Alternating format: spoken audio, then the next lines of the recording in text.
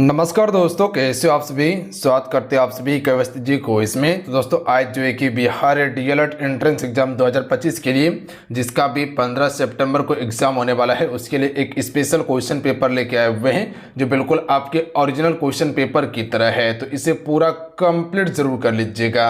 और जिसका आगे एग्जाम होने वाला है 16 तारीख या 17 या 18 तारीख को होने वाला है, उसके लिए भी इंपॉर्टेंट है। आप भी इसे कंप्लीट जरूर कर लीजिएगा क्योंकि यहाँ से प्रश्न आपके पेपर में आएगा, तो पूरा याद जरूर कर लीजिएगा। तो चलिए शुरू करते हैं। सभी एक बार सेशन को लाइक करके शेयर जरूर कर दीजिएगा। आप सभी अपना प्यार इस वीडियो को जरूर दीजिएगा, सेशन को लाइक करके शेयर कीजिएगा आप सभी। तो चलिए शुरू करते हैं आज की सेशन को। आज का फर्स्ट क्वेश्चन है कि भारत में मजदूर संघ अधिनियम कब पारित हुआ था। तो ऑप्शन नंबर ए इसका करेक्ट आंसर होगा। अब देखिए आगे प्रश्न जो बनने की संभावना है कि 1930 में क्या हुआ था। तो महात्मा गांधी जी के द्वारा नमक सत्याग्रह किया गया था, प्लस में इसी समय सविनय अवज्ञा आंदोलन शुरू होता है और 1930 में ही आपका पहला गोलमेज सम्मेलन हुआ था। तो इतना सा फैक्ट याद रखिएगा। 1929 में लाहौर अधिवेशन हुआ था। तो ये प्रश्न आपके पेपर में आगे बन सकता है, तो थोड़ा ध्यान दीजिएगा। अगला है कि भारतीय संविधान में मौलिक कर्तव्य किस देश से लिया गया है। अब देखिए यहाँ से मौलिक कर्तव्य के बारे में पूछा गया है, तो ये रूस देश से लिया गया था। अब आगे देखिए आगे क्या पूछा जा सकता है आपके पेपर में जो एग्जाम होगा। तो ये पेपर में पूछा जा सकता है कि ये कब लागू हुआ था। तो याद रखिएगा 42वें संविधान संशोधन 1976 में लागू किया गया था। इसके अलावा याद रखिएगा कि मौलिक कर्तव्य की बात किया जाए तो ये संविधान के भाग 4 क में है। अगर वहीं अनुच्छेद की बात किया जाए तो अनुच्छेद 51 क में है। याद रखिएगा आप सभी ये चीज़ें क्लियर हैं कि 42वें संविधान संशोधन 1976 में लागू किया गया, संविधान के भाग 4 क में है और अनुच्छेद 51 क में है। ये हो गया मौलिक कर्तव्य के बारे में। अच्छा, यहीं से आसपास से प्रश्न और आ सकता है आपका नीति निर्देशक तत्व के बारे में, जो कि 36 से लेकर 51 तक इसकी चर्चा किया गया है और नीति निर्देशक तत्व जो है भाग 4 में रखा गया है। और एक फैक्ट और याद रखिएगा मौलिक अधिकार के बारे में, जो कि 12 से लेकर 35 तक जो है वो आपका मौलिक अधिकार है। ये फैक्ट याद रखिएगा। और ये जो है कि आपका भाग 3 में है, तो ध्यान दीजिएगा आप सभी। किस भाग में है? भाग 3 में लिया गया था अमेरिका देश के संविधान से। संसदीय प्रणाली ब्रिटेन के संविधान से लिया गया है। और जो आप सभी देखते हैं ऑस्ट्रेलिया, यहाँ से समवर्ती सूची का प्रावधान लिया गया है, तो ध्यान दीजिएगा। अगला प्रश्न देख लीजिएगा, श्रीलंका को स्वतंत्रता कब मिली थी। देखिए श्रीलंका की स्वतंत्रता के बारे में पूछा गया है, तो ये 1948 में इसको मिले थे। अब यहाँ से प्रश्न ये बन सकता है आपके पेपर में कि इसको पूर्ण रूप से गणराज्य कब बनाया गया था। तो याद रखिएगा आप सभी 1972 में पूर्ण रूप से यह गणराज्य बना था। और इसको आज़ादी किससे मिला? ब्रिटेन से मिला था, यानी कि इंग्लैंड से। अच्छा, भारत कब आज़ाद हुआ था? 1947 में हुआ था, याद रखिएगा। और 26 जनवरी 1950 को भारत में संविधान लागू किया गया था। तो ये एक फैक्ट याद रखिएगा आप सभी। अगला प्रश्न देख लीजिएगा, न्यू डील को अमेरिका के राष्ट्रपति ने लागू किया। तो किस अमेरिका राष्ट्रपति ने न्यू डील को लागू किया था? तो रूजवेल्ट इसका बिल्कुल करेक्ट आंसर होगा। ये भी आपकी डीएलएड में पूछा गया प्रश्न है। अच्छा, अब देखिए यहाँ से प्रश्न जो पूछा जा सकता है वो क्या पूछा जा सकता है। एक क्वेश्चन आ चुका है कि न्यू डील को किस अमेरिकी राष्ट्रपति ने लागू किया था? तो रूजवेल्ट ने। कब लागू किया था? तो ये प्रश्न आपके पेपर में बन सकता है, तो इसको याद रखिएगा 1933 में लागू किया था। क्यों किया गया था? जो यूएसए था, अमेरिका जो था, यहाँ पर महामंदी था, इसी से उबरने के लिए न्यू डील लागू किया गया था। तो ध्यान दीजिएगा आप सभी। अगला प्रश्न है कि बालाघाट खान निम्नलिखित में से किस खनिज के खनन के लिए जाना जाता है। देखिए बालाघाट की बात किया जाए तो ये मैग्नीज का सबसे बड़ा खान है, याद रखिएगा आप सभी। तो मैग्नीज का सबसे बड़ा खान कौन सा है? बालाघाट। कहाँ पे है? एमपी मध्य प्रदेश में है। देखिए एमपी से क्या क्या प्रश्न आपको बताए थे याद करने के लिए कि सबसे ज़्यादा वन जो है वो कहाँ पे है? आपका एमपी में है। इसके अलावा अगर बाघों की संख्या की बात किया जाए तो सबसे अधिक कहाँ पे है? एमपी में है। बाघ क्या है? भारत का राष्ट्रीय पशु है। इसके अलावा याद रखिएगा जो नेशनल पार्क है, यानी कि राष्ट्रीय उद्यान जो है सबसे ज्यादा कहां पे है? एमपी में है, याद रखिएगा आप सभी। इसीलिए इसे हम सभी क्या कहते हैं? ध्यान दीजिएगा, टाइगर स्टेट के नाम से जानते हैं। इसके अलावा एक फैक्ट याद रखिएगा, इसे सोया हुआ प्रदेश कहा जाता है क्योंकि सोयाबीन का भी उत्पादन सबसे ज्यादा करता है। अच्छा, यहाँ जो आप सभी देखते हैं हीरा, जो आप सभी देखते हैं हीरा का खान जो है वो कहाँ पे है? तो मध्य प्रदेश में जो पन्ना का खान है। अगला क्वेश्चन देख लीजिएगा। अगला है कि भारत में निष्पक्ष निर्वाचन की प्रक्रिया का संचालन का दायित्व किस पर है। तो देखिए निष्पक्ष निर्वाचन की बात किया जाए तो ये भी आपका डीएलएड के पेपर में पूछा गया है, तो निर्वाचन आयोग के पास है। अब देखिए आगे जो पूछा जा सकता है वो क्या पूछा जा सकता है कि किस अनुच्छेद के तहत निष्पक्ष निर्वाचन किया जाता है। तो अनुच्छेद 324 के तहत किया जाता है। तो ये फैक्ट को याद रखिएगा अनुच्छेद 324 के तहत। अच्छा, यहीं से याद रखिएगा आप सभी, जो पेपर में प्रश्न बन सकता है कि निर्वाचन आयोग का जो मुख्य आयुक्त होता है इसकी नियुक्ति कौन करता है? राष्ट्रपति करता है, याद रखिएगा आप सभी। इसके अलावा आप याद रखिएगा जो प्रधानमंत्री होता है इसकी भी नियुक्ति राष्ट्रपति ही करता है। राष्ट्रपति बनने के लिए उम्र कितना रखा गया है? 35 वर्ष। प्रधानमंत्री लोकसभा से बनता है तो 25 वर्ष, अगर राज्यसभा से बनता है तो 30 वर्ष रखा गया है। तो ध्यान दीजिएगा आप सभी। अगला प्रश्न देख लीजिएगा, निम्न में से कौन सा खरपतवार नाशक नहीं है? तो देखिए नाशक नहीं की बात किया गया है, तो जो आप सभी VAM देख रहे हैं ये आपका एक कवक है, फंगस है, याद रखिएगा आप सभी। ये आपका जो फंगस है बायो फर्टिलाइजर का उदाहरण माना जाता है इसको, बाकी बात ये सभी आपका विनाशक होता है। अगला प्रश्न देखिए, मानसून शब्द जो है ये किस भाषा से लिया गया है? तो मानसून शब्द की उत्पत्ति जो हुआ था ये आपका अरबी भाषा से हुआ था, तो ध्यान दीजिएगा आप सभी। अगला प्रश्न देख लीजिएगा, निम्नलिखित में से कौन कवक का उदाहरण है? तो देखिए कवक जो है ये सभी होता है, यानी कि ईस्ट हो गया, मशरूम हो गया, उसके बाद जो आप सभी टॉड स्टूल देख रहे हैं ये भी आपका कवक का ही उदाहरण है, इसको मशरूम कर लीजिएगा आप सभी। उसके बाद अगला प्रश्न देख लीजिएगा कि निम्नलिखित में से कौन सा एक मृत यांत्रिकी उत्तक माना जाता है? स्क्लेरेनकाइमा इसका बिल्कुल करेक्ट आंसर होगा, याद रखिएगा। ये जो होता है पौधे को कठोरता और सहारा प्रदान करता है। अगला प्रश्न देख लीजिएगा, ग्रीन मफलर से संबंधित प्रश्न आया हुआ है। देखिए ग्रीन मफलर जो है किससे संबंधित है? तो याद रखिएगा आप सभी, ये आपका ध्वनि प्रदूषण से संबंधित है। और ग्रीन मफलर जो है एक प्रकार का पर्यावरण तकनीकी है जो कि पेड़ों की पत्तियों को सड़कों के किनारे लगाया जाता है जिससे कि ध्वनि प्रदूषण कम होता है, तो ये फैक्ट को याद रखिएगा। अच्छा, जो आप सभी ग्रीन हाउस देखते हैं वो किससे हैं? वायुमंडल से संबंधित है, याद रखिएगा आप सभी।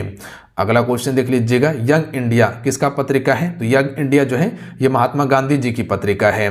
इसके अलावा हरिजन के बारे में याद रखिएगा, हरिजन के बारे में याद रखिएगा, ये भी आपका महात्मा गांधी जी की ही पत्रिका है, याद रखेंगे आप सभी। अगला प्रश्न है कि राज्यसभा का सभापति कौन है? तो देखिए ये भी प्रश्न आपके DLED के पेपर में पूछा गया है, तो उपराष्ट्रपति इसका बिल्कुल करेक्ट आंसर होगा। अब देखिए आगे प्रश्न आपके पेपर में क्या बन सकता है, ध्यान दीजिएगा। देखिए उपराष्ट्रपति जो होता है ये राज्यसभा का सभापति होता है, प्लस में उपराष्ट्रपति को जो वेतन मिलता है जो राज्यसभा में कार्य करता है उसके लिए वेतन दिया जाता है। अच्छा, राष्ट्रपति अपना त्यागपत्र किसे देता है? तो राष्ट्रपति को। राष्ट्रपति अपना त्यागपत्र किसे देता है? तो उपराष्ट्रपति को। दोनों बनने के लिए उम्र कितना रखा गया है? 35 वर्ष रखा गया है, याद रखिएगा आप सभी। राज्यपाल की नियुक्ति कौन करता है? राष्ट्रपति ही करता है। चीजें क्लियर हैं? बिल्कुल। अगला है यज्ञशाला में कौन सा समास है? तो सबसे पहले इसका समास विग्रह कीजिए आप सभी। यज्ञ का शाला, तो जो का कारक विभक्ति देख रहे हैं ये किस में आता है? तत्पुरुष समास में आता है। आपसे को बताए थे द्वंद्व समास में क्या होता है? शब्द अपोजिट होता है या समान अर्थ का होता है, याद रखिएगा। जैसे कहते हैं माता पिता, लोटा डोरी, ये सभी क्या है? द्वंद्व समास का उदाहरण है। और उसके बीच में योजक चिन्ह होता है, कहीं कहीं नहीं भी होता है। द्विगु समास में क्या होता है? आगे संख्या गिनती करने के लिए मिलता है। कर्मधारय समास में क्या होता है? इसमें उपमेय या उपमान की विशेषता को प्रकट किया जाता है, याद रखिएगा आप सभी। अगला क्वेश्चन देख लीजिएगा। क्वेश्चन है कि विशेषण की विशेषता बताने वाले शब्द को क्या कहते हैं? तो विशेषण की विशेषता बताने वाले को हमसे क्या कहते हैं? प्रविशेषण के नाम से जानते हैं, याद रखिएगा। क्या कहते हैं? प्रविशेषण। अच्छा, यहीं से अगर क्वेश्चन पूछा जाए कि संज्ञा या सर्वनाम की विशेषता जो बताया जाता है उसे हमसे क्या कहते हैं? विशेषण कहते हैं। अगला प्रश्न है कि निम्न में से कौन सा एक भाववाच्य है? तो देखिए भाववाच्य में क्या हो जाएगा? किसी भाव को बताता हो या कह सकते हैं किसी की विशेषता प्रकट करता हो। जैसे कह सकते हैं कि राम नहीं चला जाता, तो यहाँ राम की विशेषता क्या बताया जा रहा है? कि राम नहीं चला जा रहा है और इसकी भाव को प्रकट किया जा रहा है कि राम से चला नहीं जा रहा, राम से उठा नहीं जा रहा, राम से रहा नहीं जा रहा। ये सभी क्या है? भाव को बताता है। जिसको हम नहीं देख सकते, अदृश्य हो, वही भाववाचक होता है। बात क्लियर है? अगला क्वेश्चन देख लीजिएगा। अगला क्वेश्चन है कि जीवन की चंचल सरिता में फेंकती नैया मन जाती, इसमें कौन सा अलंकार होगा? देखिए अलंकार का आपको स्पेशल हम क्लास दिए हुए हैं, और जब लाइव सेक्शन में जाइएगा चैनल पे वहाँ आपको अलंकार का क्लास मिलेगा। 1 घंटा का क्लास है, उसमें पूरा आपको यमक अलंकार, श्लेष अलंकार, वक्रोक्ति अलंकार, अतिशयोक्ति अलंकार, उसके बाद जो है कि उपमा अलंकार हो गया, अनुप्रास अलंकार हो गया, रूपक अलंकार, सभी पढ़ाए हैं। तो एक बार जाके देख लीजिएगा, समझ लीजिए, प्रश्न आराम से बनाइएगा। तो आपसे इसको बता सकते हैं कि कौन सा अलंकार है। ये DLED के पेपर में आपके प्रश्न आ चुका है, ध्यान दीजिएगा आपसे। इसमें रूपक अलंकार है। और अभी सुबह भी आपको एक क्लास दिए थे जिसमें आपको अलंकार के बारे में बताए थे, पहचान करने के लिए बताए थे। निम्नलिखित में से कौन सा समूह जो है आपका उम्र समूह क्रियाशील जनसंख्या है? इनमें से कौन सा उम्र जो है आपका क्रियाशील शील जनसंख्या है, तो ये आपका 15 से 60 साल हो जाएगा। ये भी आपका डीएलएड के पेपर में प्रश्न आ चुका है, तो ध्यान दीजिएगा आप सभी। अगला प्रश्न देख लीजिएगा, यूएनओ को किस वर्ष नोबेल शांति पुरस्कार दिया गया था? डीएलएड में पूछा गया प्रश्न है और ये आपका शायद 2022 में प्रश्न पूछा गया था। अब देखिए आगे यहाँ से प्रश्न क्या क्या बन सकता है। यूएनओ को जो शांति के लिए नोबेल पुरस्कार जो दिया गया था ये 2001 में दिया गया था। यहाँ से प्रश्न याद रखिएगा, जो पेपर में प्रश्न बन सकते हैं कि नोबेल पुरस्कार की स्थापना कब होता है। 1900 ईस्वी में इसकी स्थापना किया जाता है और पहली बार नोबेल पुरस्कार जो दिया गया था 1901 ईस्वी में दिया गया था। चीज़ें क्लियर हैं। उसके बाद यहीं से एक फैक्ट और याद रखिएगा आप सभी कि नोबेल पुरस्कार की जो स्थापना किया गया था ये किसके नाम पर किया गया था? अल्फ्रेड नोबेल के नाम पे, जो इसने डायनामाइट का खोज किया था। इसके अलावा एक फैक्ट और याद रखिएगा आप सभी कि नोबेल पुरस्कार जो है 6 क्षेत्रों में दिया जाता है। कौन कौन सा? एक हो जाएगा आपका रसायन, चिकित्सा, और उसके बाद जो है कि भौतिकी के लिए दिया जाता है। प्लस में आपका अर्थशास्त्र के लिए दिया जाता है, इकोनॉमी में, इसके अलावा शांति के लिए और आपका साहित्य के लिए दिया जाता है। अच्छा, भारत में सबसे पहले नोबेल पुरस्कार कब आया था? तो याद रखिएगा 1913 में गीतांजलि को दिया गया था, साहित्य क्षेत्र में रविन्द्रनाथ टैगोर को। उसके बाद सीवी रमन को 1930 में भौतिकी के लिए दिया गया था। तो इतना सा फैक्ट आप जरूर याद रखिएगा। अगला क्वेश्चन देख लीजिएगा कि निम्नलिखित में से कौन सा एक खाद्य फसल नहीं है? तो देखिए चावल खाद्य फसल है जो पश्चिम बंगाल सबसे अधिक उत्पादन करता है। गेहूं भी आपका खाद्य फसल है, ये आपका उत्तर प्रदेश सबसे अधिक उत्पादन करता है। मक्का, ध्यान दीजिएगा आप सभी, ये आपका राजस्थान वाला क्षेत्र में उत्पादन इसका ज़्यादा होता है, तो मक्का भी खाद्य फसल है, याद रखिएगा आप सभी। तो इसके अलावा जो कपास जो है ये खाद्य फसल नहीं है। कपास के उत्पादन के लिए काली मिट्टी जो होता है ये काफ़ी उपयोगी मिट्टी माना जाता है। जो गुजरात वाला क्षेत्र है, काली मिट्टी उस क्षेत्र में देखने के लिए मिलता है और उस क्षेत्र में कपास का उत्पादन ज़्यादा होता है। इसके अलावा याद रखिएगा जो आप चावल देख रहे हैं ये आपका क्या है? खरीफ फसल है, खरीफ फसल का उदाहरण है। और गेहूं जो है ये आपका रबी फसल का उदाहरण है, याद रखिएगा आप सभी। किस फसल का उदाहरण है? रबी फसल का। और मक्का खरीफ और रबी दोनों का उदाहरण है, अपवाद माना जाता है। हालांकि आप सभी मक्का को खरीफ फसल मान सकते हैं। तो इतना फैक्ट याद रखिएगा, हो सकता है यहाँ से प्रश्न उठा के पूछ लिया जाए। बिहार में सर्वप्रथम नगर निगम की स्थापना कब की गई थी? ये भी आपके डीएलएड के पेपर में प्रश्न आ चुका है। तो सबसे पहले नगर निगम की स्थापना पटना में की गई थी।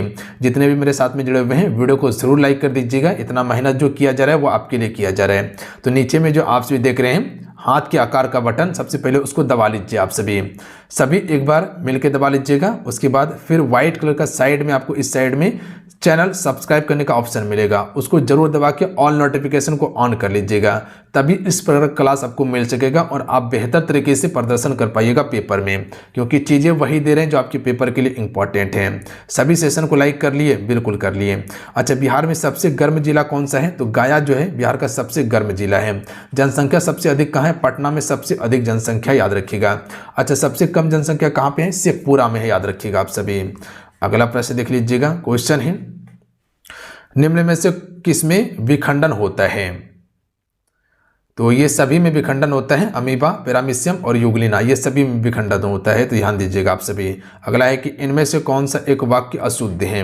देखिए यहाँ पर देखिएगा व्याकरण की दृष्टि से अशुद्ध आपको दिखने के लिए मिलेगा, वो नहीं होता है। वह तो कल आएगा, वह तो कल आएगा, ये आपका सही है। ये आपका क्या है? यही आपका उच्चारण गलत है। तो वो के स्थान पे क्या होगा? वह होगा, क्योंकि व्याकरण की दृष्टि से वो नहीं होता है, वह होता है। कल तुम्हारे पापा जी मिले थे, सही है। उसके बाद वह तुझे पैसा नहीं देगा, ये भी सही है। मुझे अमरूद खाना है, ये भी सत्य है। अगला है कि इनमें से कौन सा एक वाक्य अशुद्ध है? वह लड़का पीटा है, नहीं, वह लड़का पीटता है, इसका सही होगा। वह लड़का पीटता है, तो यहाँ पीटा के स्थान पे पीटता सही होता है। तो यही आपका क्या हो जाएगा? अशुद्ध हो जाएगा। तो ध्यान दीजिएगा आप सभी।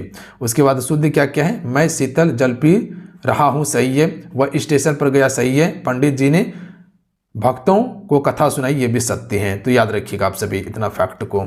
अगला प्रश्न देख लीजिएगा। आश्चर्य कुंतक के अनुसार काव्य गुणों की संख्या कितनी है? तो कुल 6 है, याद रखिएगा आप सभी। कितने हैं? कुल 6 हैं, तो ध्यान देंगे आप सभी। अगला प्रश्न है कि जाके जस प्रताप के आगे शशि मलिन रवि शीतल लागे, इस पंक्ति में कौन सी? अगला प्रश्न है कि जाके जस प्रताप के आगे शशि मलिन रवि शीतल लागे, इस पंक्ति में कौन सा अलंकार है? इसमें आपका व्यतिरेक अलंकार है, याद रखिएगा आप सभी।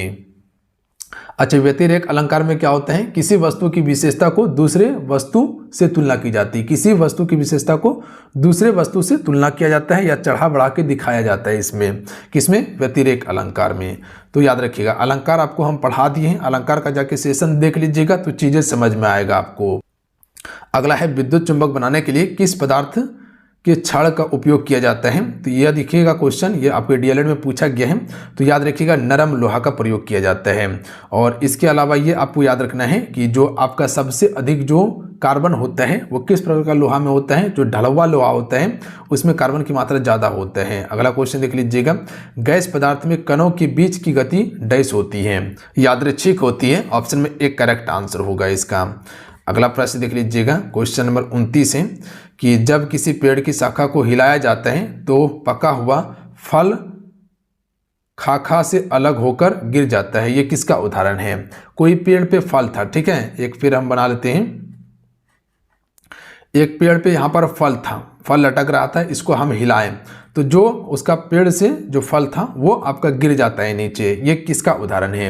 अच्छा, यहीं से आपको याद रखना है कि प्रथम नियम को हमसे क्या कहते हैं, जड़त्व का नियम कहते हैं। तो ये क्वेश्चन पूछा जाता है कि न्यूटन के किस गति के नियम को हमसे जड़त्व के नियम के नाम से जानते हैं। तो न्यूटन के प्रथम गति के नियम को कहते हैं जड़त्व का नियम। तो ये जो हो जाएगा आपका न्यूटन के प्रथम गति के नियम का उदाहरण होगा, याद रखिएगा आप सभी। क्योंकि एक पेड़ था, पेड़ में फल लगा हुआ था और इसको जैसे हिलाएं यानी कि बाहर से बल लगाएं तो वो फल नीचे गिर गया। या कह सकते हैं कि इस संसार में जितने भी वस्तु जिस अवस्था में है उसी अवस्था में रहेगा जब तक इस पर कोई बाहरी बल ना लगाया जाए। ये न्यूटन का पहला नियम है। तीसरा नियम क्या कहता है, क्रिया टू प्रतिक्रिया। एक नाव है, पानी में तैर रहा है, इसमें कोई व्यक्ति बैठा हुआ है, ये जैसे बाहर आता है पृथ्वी पर आता है यानी कि समतल जमीन पर, तो नाव पीछे की ओर धकला जाता है। तो ये क्या है, क्रिया टू प्रतिक्रिया। एक और आए दूसरे ओर धकला गया। तो ये न्यूटन का तीसरा गति का नियम है, याद रखिएगा आप सभी। अगला प्रश्न है कि किसी विद्युत बल्ब पर 220 वोल्ट था, 100 वाट अंकित, जब इसे 110 वोल्ट पर प्रचालित करते हैं तब इसके द्वारा उपयुक्त शक्ति कितनी होगी। तो यानी कि यहाँ पर बल्ब का प्रतिरोध पूछा गया है।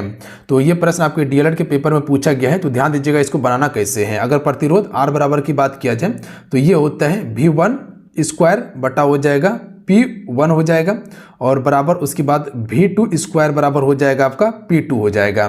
और उसके बाद यहाँ पर ध्यान दीजिएगा आप सभी, तो V1 कितना दिया हुआ है, तो V1 आपको 200 दिया हुआ है, सॉरी 220 दिया हुआ है, तो इसका स्क्वायर हो जाएगा बटा यहाँ 100 हो जाएगा। यहाँ पर कितना दिया हुआ है, वाट 100 दिया हुआ है, तो P1 का मान कितना हो जाएगा, 100 हो जाएगा, और बराबर यहाँ हो जाएगा आपका V2, तो V2 कितना दिया हुआ है, 110 दिया हुआ है, तो 110 का स्क्वायर हो जाएगा और बटा यहाँ पर P स्क्वायर हो जाएगा। तो यानी कि हमको पी स्क्वायर का मान निकालना है। तो अब थोड़ा सा ध्यान दीजिएगा आप सभी।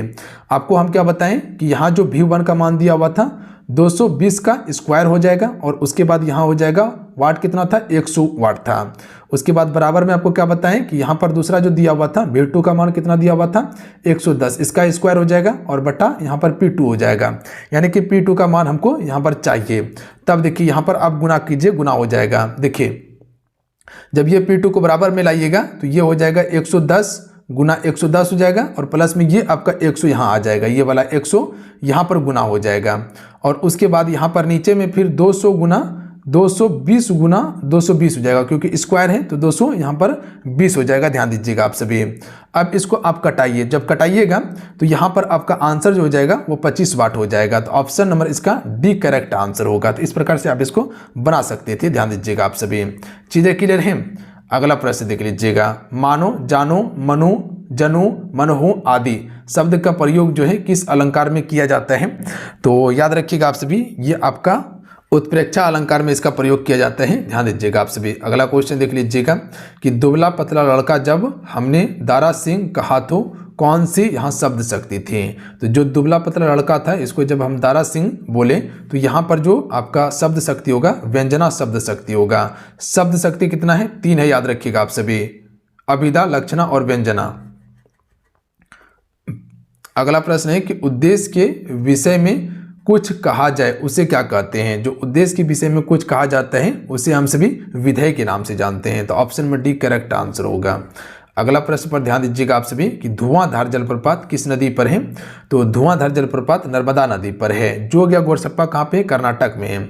और ये आपका कहाँ पे धुआंधार जलप्रपात, ये आपका मध्य प्रदेश में है, एमपी में है, याद रखिएगा आप सभी, क्वेश्चन पूछा गया है। अच्छा, हुंडू जलप्रपात कहाँ पे है, झारखंड में है, याद रखिएगा, स्वर्णरेखा नदी पर। एक व्यक्ति एक साम्राज्य और एक नेता, इसका नारा किसने दिया था। तो इसका नारा जो है हिटलर ने दिया था, याद रखिएगा, ऑप्शन में ए राइट आंसर होगा। हिटलर एक तानाशाह शासक था जर्मनी का, याद रखिएगा, 1945 में अपने आप को गोली मार लिया था जब दूसरा विश्व युद्ध समाप्त होने वाला था। अगला है कि बाघ परियोजना की शुरुआत कब हुई। तो 1972 में आपका बाघ परियोजना की शुरुआत होता है, याद रखिएगा आप सभी। अगला प्रश्न है कि निम्नलिखित में से कौन सा एक डेयरी पशु नहीं है। तो देखिए यहाँ पर ऊँट जो है ये आपका डेयरी पशु नहीं है, जबकि गाय, भैंस और बकरी ये सभी डेयरी पशु का उदाहरण है। अगला प्रश्न देख लीजिएगा कि इनमें से कौन सा परिवहन मार्ग नहीं है। तो बिल्कुल आसान प्रश्न है कि सड़क, जल और वायु से भी परिवहन मार्ग है, जबकि पर्वत नहीं है, ध्यान दीजिएगा आप सभी। अगला क्वेश्चन देख लीजिएगा, संपूर्ण क्रांति का उद्देश्य क्या था। राइट आंसर होगा निर्वाचित सरकार को बदलना, ये संपूर्ण क्रांति का उद्देश्य था। तो option number B right answer होता। अगला क्वेश्चन देखिए कि किस वर्ष हिटलर ने वर्साई संधि को अस्वीकार किया था। तो राइट आंसर होगा 1935 से 36 के बीच में ये अस्वीकार कर दिया था। 1935 से 36 के बीच में किया गया था, तो 1935 इसका बिल्कुल करेक्ट आंसर हो जाएगा। अगला प्रश्न देख लीजिएगा कि समुद्री मार्ग से विश्व पर परिभ्रमण सबसे पहले किसने किया था। तो ये मैगलन के द्वारा किया गया था। कोलंबस ने पहली बार जो है कि अमेरिका का खोज किया था। वास्को डी गामा भारत का खोज किया था। निम्नलिखित में से कौन सा त्वरण का मात्रक नहीं है हो सकता। तो देखिए त्वरण का मात्रक जो है किलोमीटर प्रति सेकेंड, ये त्वरण का मात्रक नहीं हो सकता है। ऑप्शन नंबर इसका सी करेक्ट आंसर हो जाएगा। जबकि किलोमीटर प्रति सेकेंड स्क्वायर, सेंटीमीटर प्रति सेकेंड स्क्वायर और मीटर प्रति सेकेंड स्क्वायर ये त्वरण का मात्रक हो सकता है, जबकि किलोमीटर प्रति सेकेंड नहीं हो सकता है। अगला है कि प्रोटॉन की खोज किसने किया था। तो देखिए प्रोटॉन का खोज जो है ये आपका गोल्डस्टीन इसका करेक्ट आंसर होगा।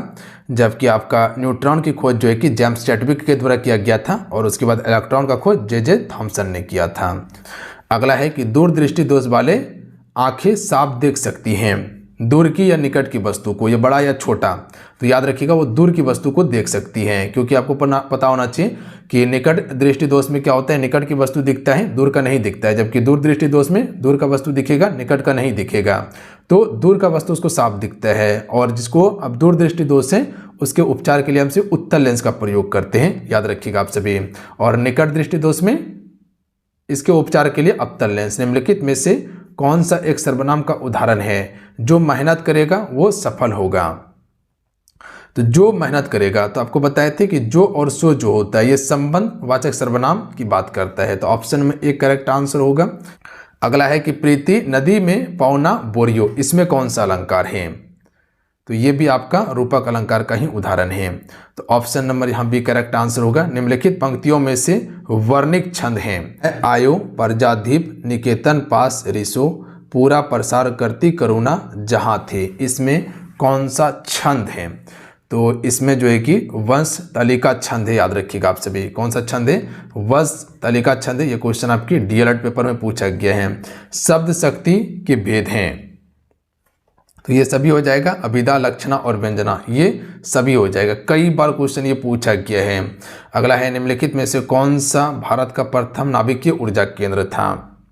तो तारापुर महाराष्ट्र वाला, याद रखिएगा, सबसे पहला नाभिकीय ऊर्जा केंद्र था। नरोरा कहाँ है, उत्तर प्रदेश में है। केंगा कहाँ है, कर्नाटक में है, याद रखिएगा आप सभी। क्वेश्चन पूछा गया है। रावत भाटा आपका राजस्थान में पड़ता है। कुडनकुलम कहाँ पे है, तमिलनाडु में, याद रखिएगा। कलपक्कम तमिलनाडु में है, और काकरापर गुजरात में है। कोशिका झिल्ली किसके आसपास पाई जाती है। तो राइट आंसर हो जाएगा उपयुक्त में से सभी। प्रोकैरियोटिक कोशिकाएं, शैवाल कोशिकाएं और पादप कोशिकाएं इसी के आसपास पाई जाती है। तो ऑप्शन नंबर क्या हो जाएगा, डी इसका करेक्ट आंसर होगा। अगला प्रश्न देख लीजिएगा। एक प्रश्न और है आपके लिए कि इनमें से कौन सा एक ऊष्माक्षेपी अभिक्रिया है। तो देखिए ऊष्माक्षेपी अभिक्रिया का उदाहरण जो हो जाएगा ऑप्शन में ए होगा, त्वरित चूने के साथ जल की अभिक्रिया। ये एक आपका ऊष्माक्षेपी अभिक्रिया है। तो चलिए आज कितना है, आज के इस सेशन में हम सभी सेट में कुल 51 क्वेश्चन कंप्लीट